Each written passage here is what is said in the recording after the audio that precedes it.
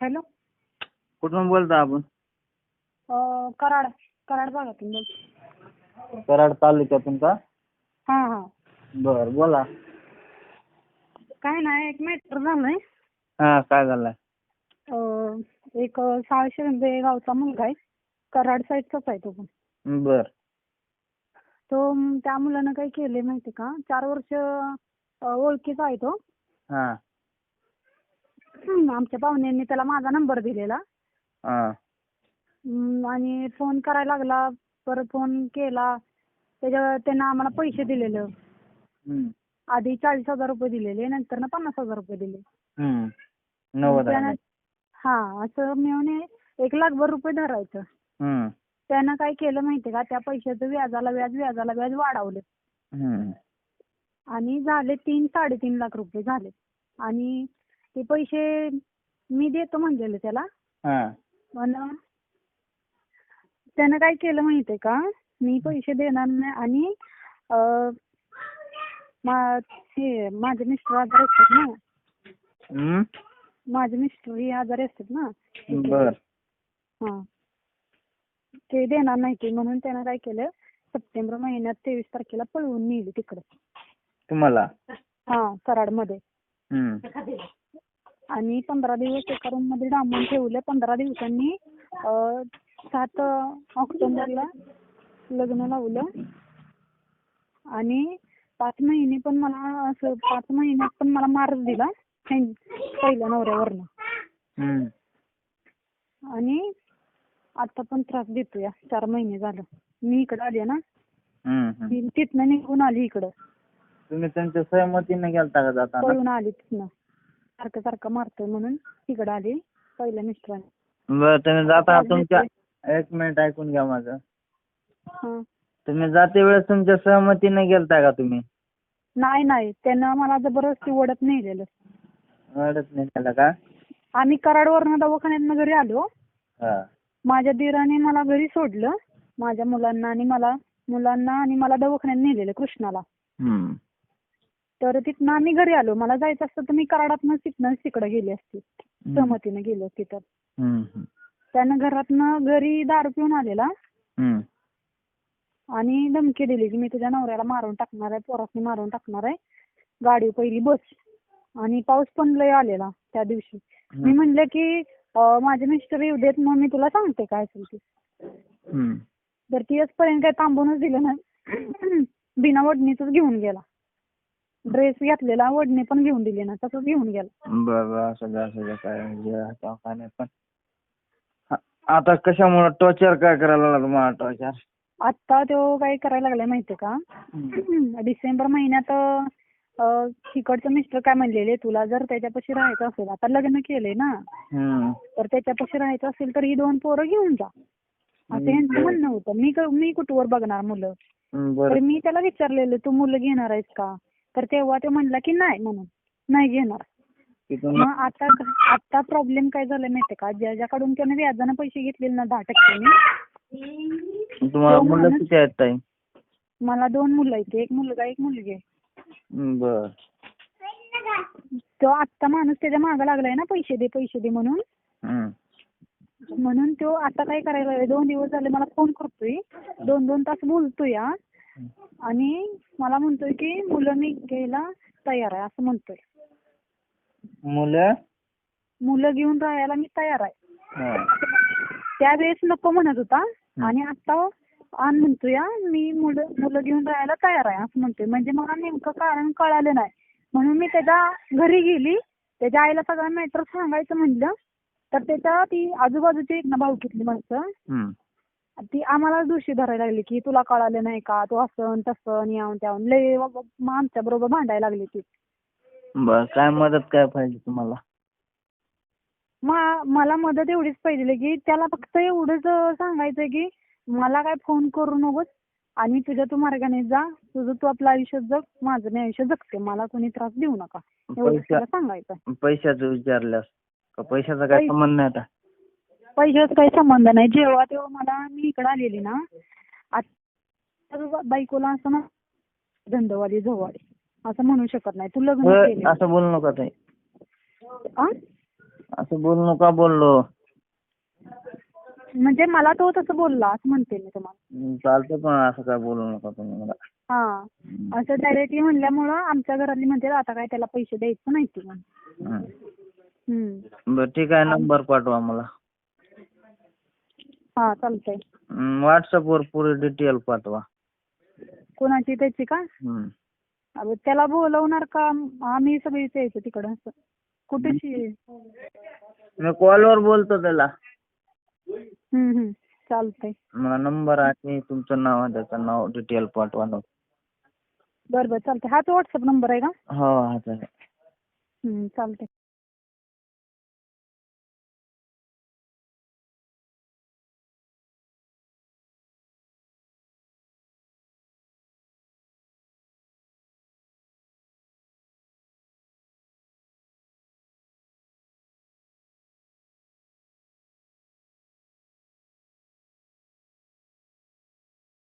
Hello. Gopali हा यांना ओळखत आहे का? हो ओळखतो की. हो काय विषय काय? हा विषय काय आहे म्हणतो? आम्ही 2 मिनिटं गाडी थांबून बोलतो तुमच्याबरोबर. 2 मिनिटं. हो चालते काय हरकत. हा चालू असू दे. Okay okay.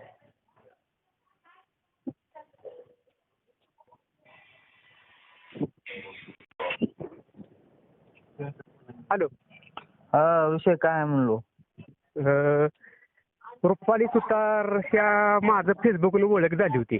बर ठीक आहे. ओळख झाली, चांगलं आमचं चाललं होतं सगळं. आपलं बोलणं मी घरी येत होतो जात होतो इकडे झालं. परत आमचं प्रेम संबंध झालं. बरोबर सांगितलं. बरोबर. हा प्रेम संबंध झालं, सगळं झालं. हे झालं बरोबर. बरोबर. प्रेम संबंध सगळं झाल्यानंतर एकदा गावलो. आवाज येत नाही बघा तुमचा. हा एकदा गावलो म्हणलं तिला आम्ही, नवऱ्याला तिच्या. हा नवऱ्याला तिच्या एकदा म्हणलं गावलो. हा हा हा. परत तिथनं पुढे झालं आमचं सगळं हे झालं ती झालं. मी त्याने पैसे दिलेलं होतं, तिने डाग माझ्याकडे ठेवायला दिलेलं होतं, तिने गाडी दिली, ते पैसे माझ्याकडे घेतलेलं होतं. बर. तो विषय झाला. परत पैशासाठी आमच्या घरातली त्याच्या घरापासून गेली ती. आमचं प्रेम संबंध होतं, त्यातनं आम्ही लगीन करणार होतं. असं तसं आम्ही बोलायला इकडे तिकडे करायला विषय मिटवायला गेलो होतो. बर. ते सगळं झालं. परत त्यानंतर आमचं परत चालू झालं. परत आम्ही लगीन केलं दोघांनी बी. आता लगीन केलं, सगळं झालं. इकडे तिकडे 5 महिने राहिली. मी तिला म्हटलं तू फोन करतेस तुझ्या नवऱ्याला. तिला म्हणतं आपलं तुला जर नसलं नांदायचं चांगलं किंवा काय नसलं तर तू जा, मला काय प्रॉब्लेम नाही. बरोबर. त्याच्यावर माझी तिच्या हाणामारी एकदा दोनदा झाली. आता मध्ये बी मी तिच्या घरी गेलो होतो. तेव्हा म्हणतो तुझ्या नवऱ्याला बोलून की नाही का तिच्या तू दिवस येणार का नाही येणार आहे, नाहीतर त्याला अडचण नको, तुला अडचण नको, मला अडचण नको. तिघांचं आयुष्य खराब व्हायला नको. बरोबर आहे. मला ती झालं. परत गेली तुम्हाला सांगतो जानेवारी फेब्रुवारी महिन्यात 1 तारखेला ती गेली निघून. 1 तारखेला निघून गेली. नंतर 1 तारखेपासून आज तारीख किती आहे बघा, मी फेब्रुवारी मार्च एप्रिल आज 3 महिने झाले तिथं राहते. नवरा तुझा ती सगळं करते. मला कुठल्या गोष्टी पटते का मला सांगा तुम्ही, की मी बोलते यात चुकी आहे का माझी सांगा. मला वाईट वाटणार का नाही तू त्या नवऱ्यापाशी जाऊन राहतेस. ती मग म्हणते येत नाही काय नाही. मी व्हिडिओ कॉल केला की माझ्या नवरा लगेच मोबाईल हात पुढे धरते, कसं करते तसं करते. मग मला राग येणार का नाही येणार फक्त तुम्ही मला सांगा. हो हो बरोबर आहे. मला तुमचं पटतंय. पण 1 मिनिट माझं ऐकून घ्या की तुम्ही. ऐकून घ्या. तिचं लग्न झालेलं, तिला 2 मुलं आहेत. बरोबर.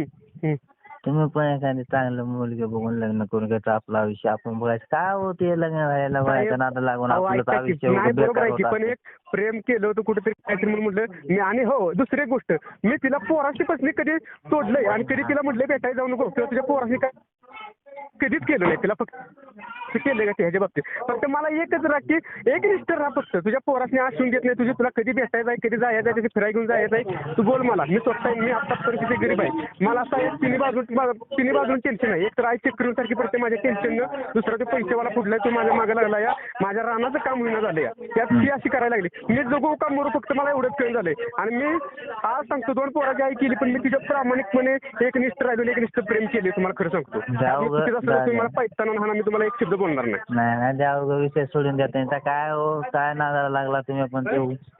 मला त्यांचा कॉल आलेला आम्ही बोललो.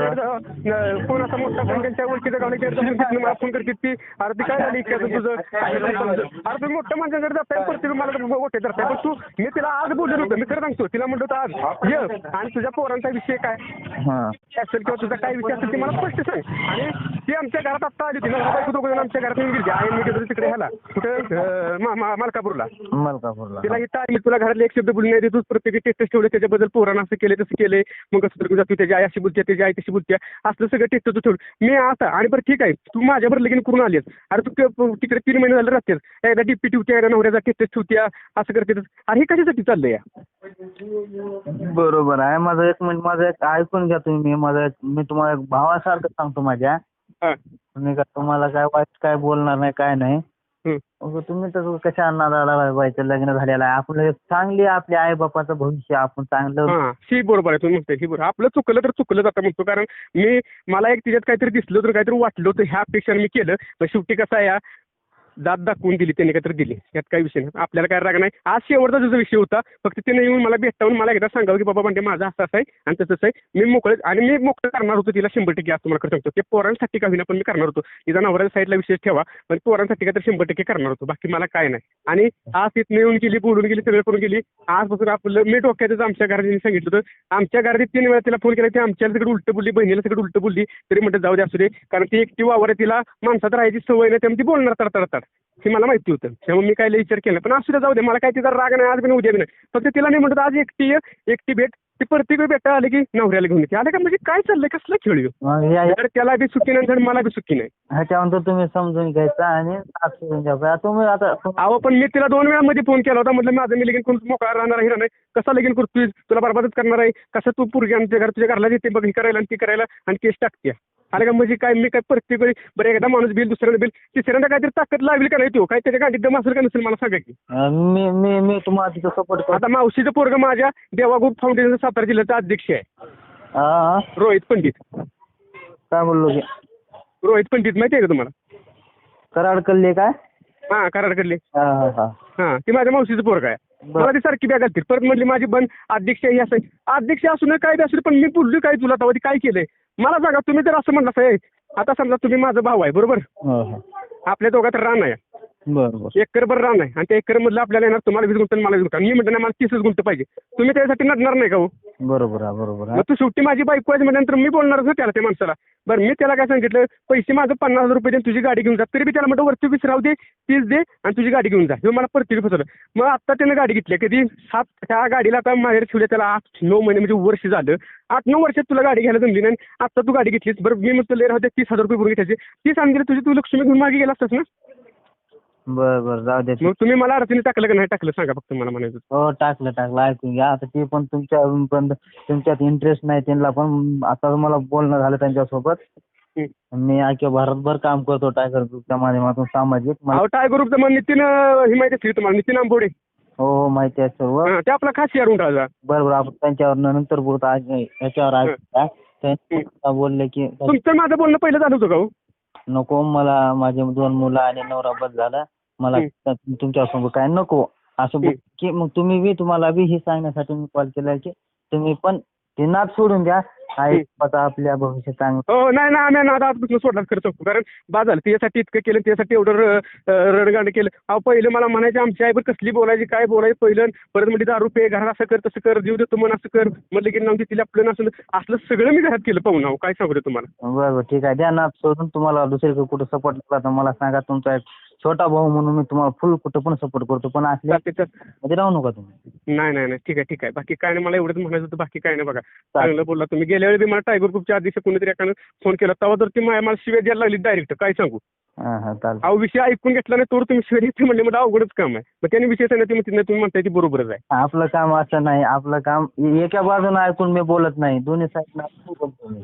नाही बरोबर आहे की, पण आम्ही एक म्हणतो का नाही, आपण केले तर केले, तुम्हाला मी स्पष्ट सांगितलं की असं असं जुळलं, असं झालं, असा विषय झाला, सगळं झालं, हे झालं की तुम्हाला स्पष्टच बोललो मी, काही लबाड ठेवलेलं नाही. कारण आता आणि मी तुम्हाला एवढं सांगतो, तिला 2-3 वेळा मारली का तर मारली, 100% मारली. पण का मारली, मी येणारच नाही. अरे मी लगीन कशासाठी केलं, 3 महिन्यात तुझ्यासाठी सांगू, एवढे पैसे 2-3 लाखात मी अडकून मी दुसऱ्याने 50,000 रुपये लगीन केलं, कशासाठी केलं मला सांगा बरं. मग जाऊ द्या आता सोडून द्या ती.